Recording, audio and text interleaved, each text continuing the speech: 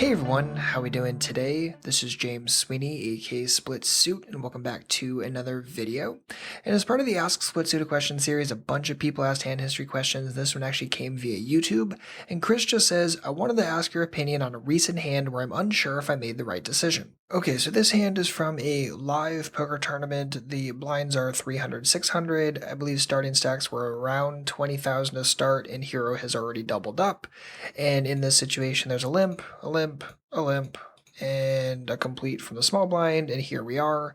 And Hero decides to just check here. I would check here as well, unless I thought I could really put the hammer on and expect any folds. I'm typically just going to check this as well. I think it's going to be really difficult to get 4 people to fold, especially EP2, just because I don't expect that open limpers are typically people that want to limp fold very often. But either way, here we go. Check. Here decides to lead out with a flush. Obviously, I like this. I think the size is a little on the small side, and I think this should really be a little bit closer to 2,000 and go from there, but here we are. There's a raise, and MP1 is described as very loose, and then MP2 decides to rip it, and Hero notes that MP2 has shoved in this situation in the past with a pair and a big club in this similar kind of situation in the past. And here we are. Now, Hero obviously needs to make a decision as to whether or not he wants to commit at this point, and I want to talk about this for a quick minute. Okay, so Chris makes one note, and by the way, when most people send me hand histories, usually they have a very long chunk of text attached to it, given their thought process and all this and that. Usually I don't dig into it too much unless I just pull out little bits here and there, but I thought this one was kind of important. So Chris says, the all-in player, I've seen him push with top pair with a big club on a board texture like this. This time, I believe he has a flush 70 to 80% of the time, maybe more. And my whole question to that would be, why? Okay, so let's think about this real quick. There are not a ton of flushes that we beat, okay? Right, we beat 5-6, 5-4, 3-4, and Jack-9, and because he can't have Jack-10 because we have the 10 of clubs in our hand. And it's just a situation where we don't beat a tremendous amount of club hands. Now, that being said, do we lose to a tremendous amount of club hands? To which I would say probably not, given the board composition in our hole cards.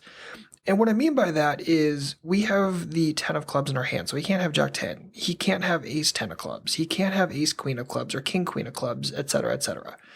And it's also a situation where there's 2 limpers in front of MP2 when he's pre-flop.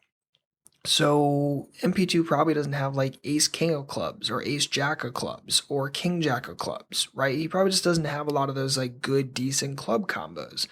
So he shouldn't have a lot of those. And then the question is okay, well, does this dude get to the flop with King 5 of clubs? Maybe, maybe not. It's tough to say. Again, I haven't seen this player. I didn't get enough information to really make that guess. But I'm assuming that if you don't think he has something like King 5 of clubs, then the only really thing he can have is Ace 3 of clubs, Ace 4 of clubs, Ace 5 of clubs, Ace 6 of clubs, and maybe Ace 9 of clubs. And that's probably about it, right? So there's just not, again, a tremendous amount of club combos that you beat, but there are also are not a ton that crush you either.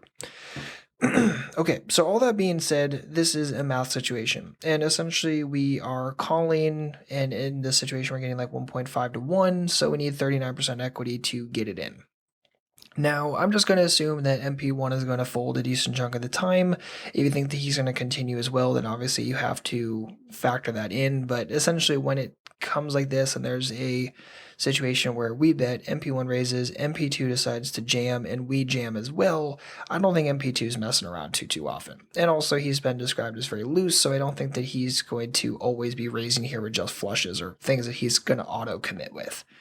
So what I'll do here is I'll pull out Equilab. I already plugged in the board, I plugged in our hole cards, and now I want to start assigning a range for MP2. So in this situation, let's just give him the stuff that we think he would always shove here with. So sets, I don't think he's ever going to just call 4100 with those. So that's reasonable. Let's do 8-7 suited, because if he got here like this, I don't think he's just going to fold top 2 pair. And then let's start doing a suit selection and get some of these flushes in there. So the good thing about Equilab is that even if you include flush combos that aren't really there, it will just ignore them. So if I choose like 8-7 of clubs, it knows that, oh, by the way, that's not possible. So let's go with that. Let's give him all the ace stuff. Boom, boom, up to a reason. Again, I think he probably would have raised pre-flop with like ace-10 suited, ace-king suited, all that kind of stuff. Let's give him like king-jack of it. It's really all that he can have. Maybe king-9. Okay, I think that's pretty fair. Tap the clubs down here. Okay, okay, and evaluate it.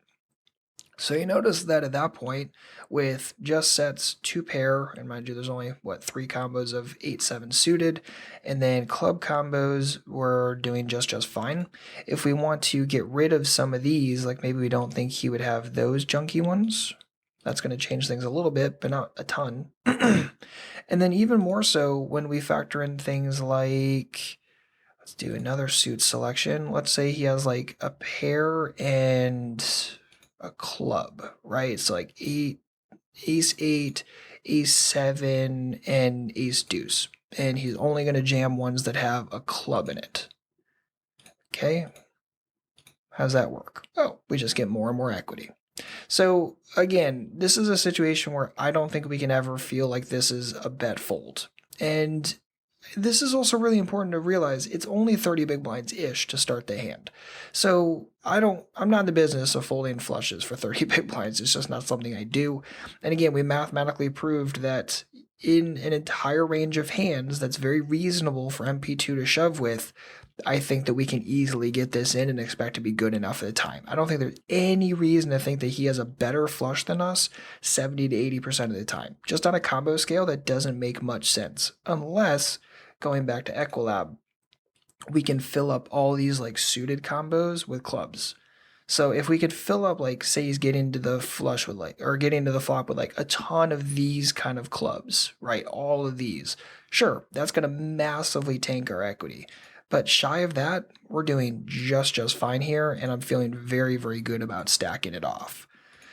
And unfortunately, we do end up running into the nuts. And you know what? That's going to happen from time to time. And that's not the most important part of this hand. The most important part of this hand is making sure that we were assigning a correct range, that we were making decisions based upon the correct information, and all we can do in this game is make good decisions and hope that we don't get screwed. Honestly, at the end of the day, that's the amount of control that we have in this game.